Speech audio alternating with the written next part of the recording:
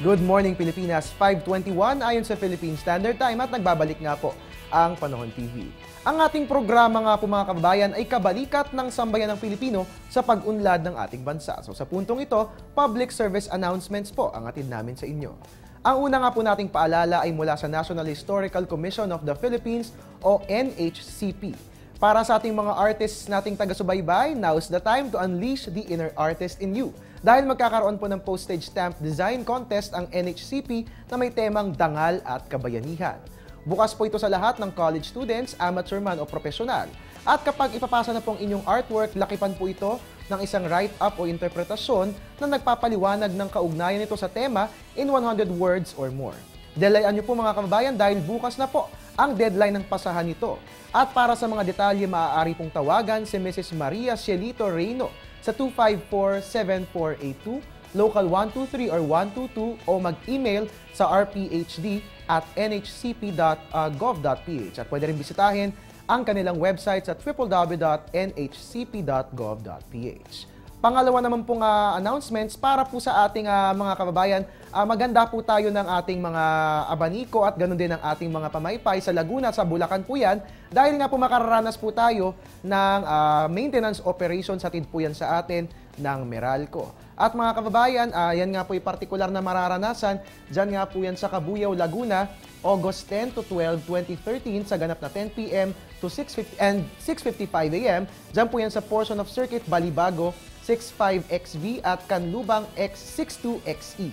Ang rason po ng nasabing maintenance operations ay dahil sa installation ng new transmission pole along Santa Rosa, Cabuyao National Highway, dyan nga po yan sa Cabuyao, Laguna. Magaganap nga rin po ang maintenance operations dyan po yan sa Pulilan, Bulacan, sa ganap naman po yan ng 11 p.m. and 4:30 a.m. Dyan naman po yan sa portion ng Circuit Balibago, 65XV at sa Canlubang 62XE. Ang dahilan naman po ng nasabing maintenance operations dyan ay dahil naman sa relocation ng facilities affected by the DPWH road widening sa Doña Remedios Trinidad Highway sa Baliwag, Bulacan. At para sa mga kababayan natin sa mga nabanggit na lugar, ay no magiging mainit kasi mawawala ng kuryente, pero wag po kayo mag-alala dahil kapalit po ng kaunting pawis ay ang mas maayos na electrical services, so konting tiis na lamang po. At sa puntong ito, silipin na po natin ang lagay ng panahon sa selected Asian cities. Unahin po natin sa Tokyo, Japan, may mataas na temperatura, meron tayong 27 to 36 degrees Celsius at pinakamababa nga po sa Beijing dahil meron tayong 23 to 35 degrees Celsius. Sa Bangkok, Thailand, mataas po ang aasahang lagay ng temperatura, meron tayong 26 to 33 degrees Celsius, pinakamababa naman po sa Jakarta, Indonesia na may 24 to 33 degrees Celsius. At bilang panghuli sa Brunei, Darussalam, mataas po ang aasahang lagay ng temperatura, meron tayong 25 to 32 degrees Celsius at sa Rangoon, Myanmar, mababa po ang aasahang lagay ng temperature. Meron po tayong 24 to 28 degrees Celsius. At ngayon naman, ituloy-tuloy na natin ang pag-around the world. Silipin po natin ang lagay ng panahon sa iba't ibang bahagi ng ating mundo na siyang hatid sa atin ng World Meteorological Organization o WMO.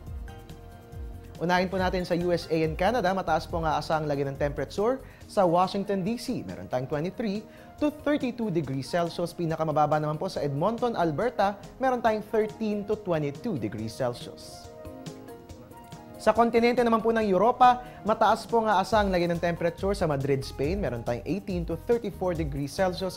Habang sa London, mababa po ang aasahang lagay ng panahon. Meron po tayong 14 to 21 degrees Celsius. At dito po sa atin sa Asia and sa Middle East, sa bansang sa Dubai po, mataas po ang aasahang lagay ng panahon sa Dubai, United Arab Emirates. Meron po tayong 31 to 44 degrees Celsius at pinakamababa po sa New Delhi, India, meron po tayong 26 to 33 degrees Celsius. At bilang panghuli sa Australia and New Zealand, mataas po ang aasahang lagay ng temperatura sa Melbourne, meron po tayong 10 to 18 degrees Celsius, habang sa Wellington po, mababa po ang lagay ng temperatura, meron tayong 7 to 15 degrees Celsius. At ngayon naman, alamin po natin ang unang 5 earthquake intensity scale nang sa gayon ay hindi tayo mahuli sa napapanahong kaalaman.